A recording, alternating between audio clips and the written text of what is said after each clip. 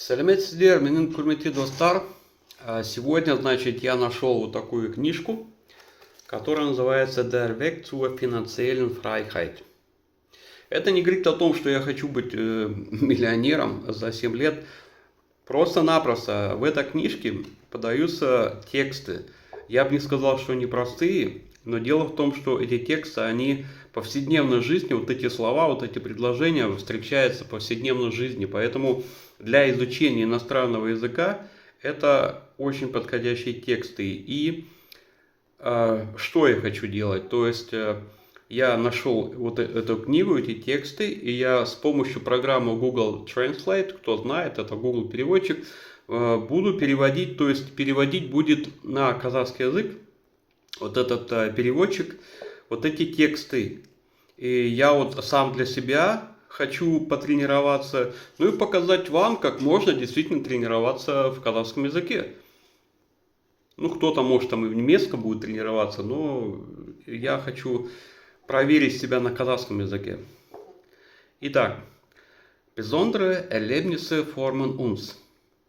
Wir alle, вот, надо сперва включить Translate.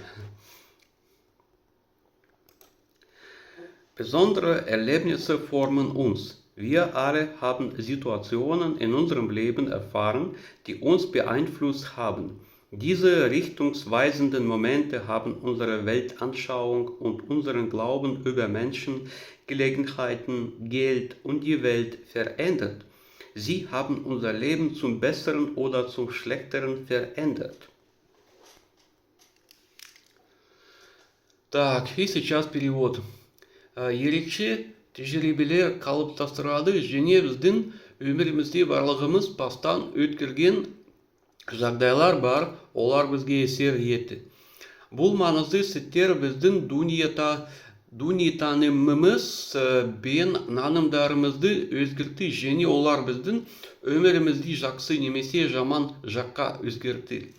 То есть я это не репетировал, да, не зачитывал первый раз, вот это читаю, первый раз зачитываю на казахском языке. Эрик Карай.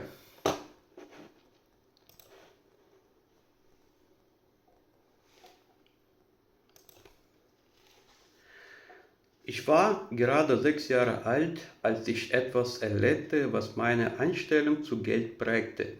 Mein Vater wurde mit einer Leberzirrhose ins Krankenhaus eingeliefert. Er musste dort insgesamt 12 Monate bleiben, weil er absolute Ruhe brauchte. Er sollte auch möglichst nicht lesen.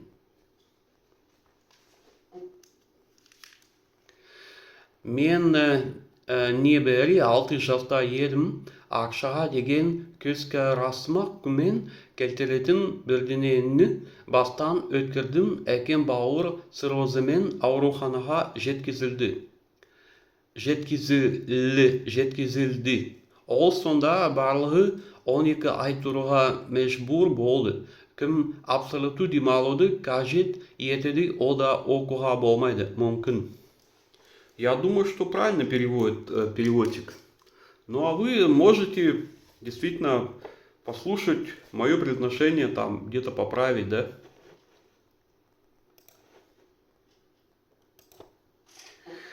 Eines Tages hörte ich, wie ein Arzt zu meiner Mutter bemerkte, er habe noch nie erlebt, dass ein Patient so viele Besuche bekommen. Mein Vater wurde jeden Tag von mindestens 6 verschiedenen Menschen besucht, obwohl er doch eigentlich völlige Ruhe haben sollte.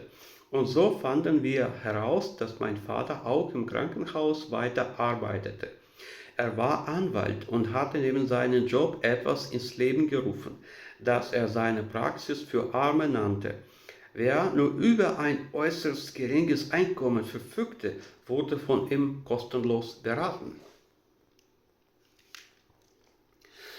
Бір күні мен дәрігердің анама түсініктеме бергенін естідім. Ол ешқашан пациенттің соншалықты көп келушілерді көрмегенін естідім. Менің әкеме күн сайын кем дегенде 6 түрлі адам баратын, ол тыныш болуы керек еді. Осылайша біз екінің ол екінің білдік. Сонымен қатар ауруханада жұмысын жалғастырды. Ол заңгер болды және жұмыстан басқа бірдеңе бастады.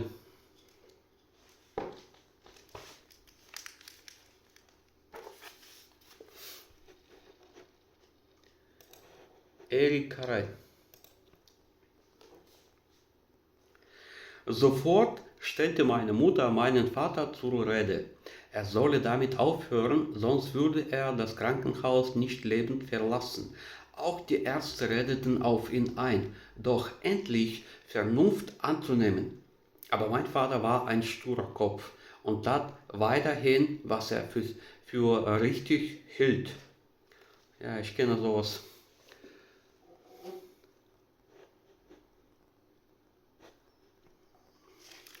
Ich kenne sowas. Sturer Kopf. Anam birden ekemnin onu toktatuun ötündü. Etpesi ol aruhanadan tiri şıkpaydı deregeler de meni akırı sebebin körüge şakırdı bırak menin ekem kınır adam jine durus deyip sanagan nerseni istey berdi. Men bileymin осындай нәрсе. Почему я сказал именно текст, который слова и предложения именно проговариваются именно в простой жизни. И здесь я уже вижу, что вот эти слова, тот словарный запас, который я уже изучил на сегодняшний момент в казахском языке, вот эти слова, они мне знакомы, понимаете? Я эти слова уже понимаю. Анам, берден, экемнен, оны, токта, уин. Вот единственное, что произношение, тут надо, конечно, тренироваться очень много. Ана берден, экемнен, оны, токта, уин, өтінде етпесе ол ауруханадан тірі шықпайды. Дәрігерлер де мені ақыры себебін көруге шақырды, бірақ менің әкем қыңыр адам жіне дұрыс деп санаған нәрсені істей берді. Мен білемін осындай нәрсе. Еще один текст. В одной руке надо это. In einer Hand Buch zu halten und in einer Hand alles anderes aufzuhalten. Das ist nicht so einfach. Aber es geht. Wir schaffen das. Wir schaffen das, Deutsch zu lernen und Kasachisch zu lernen. Jo, gleichzeitig.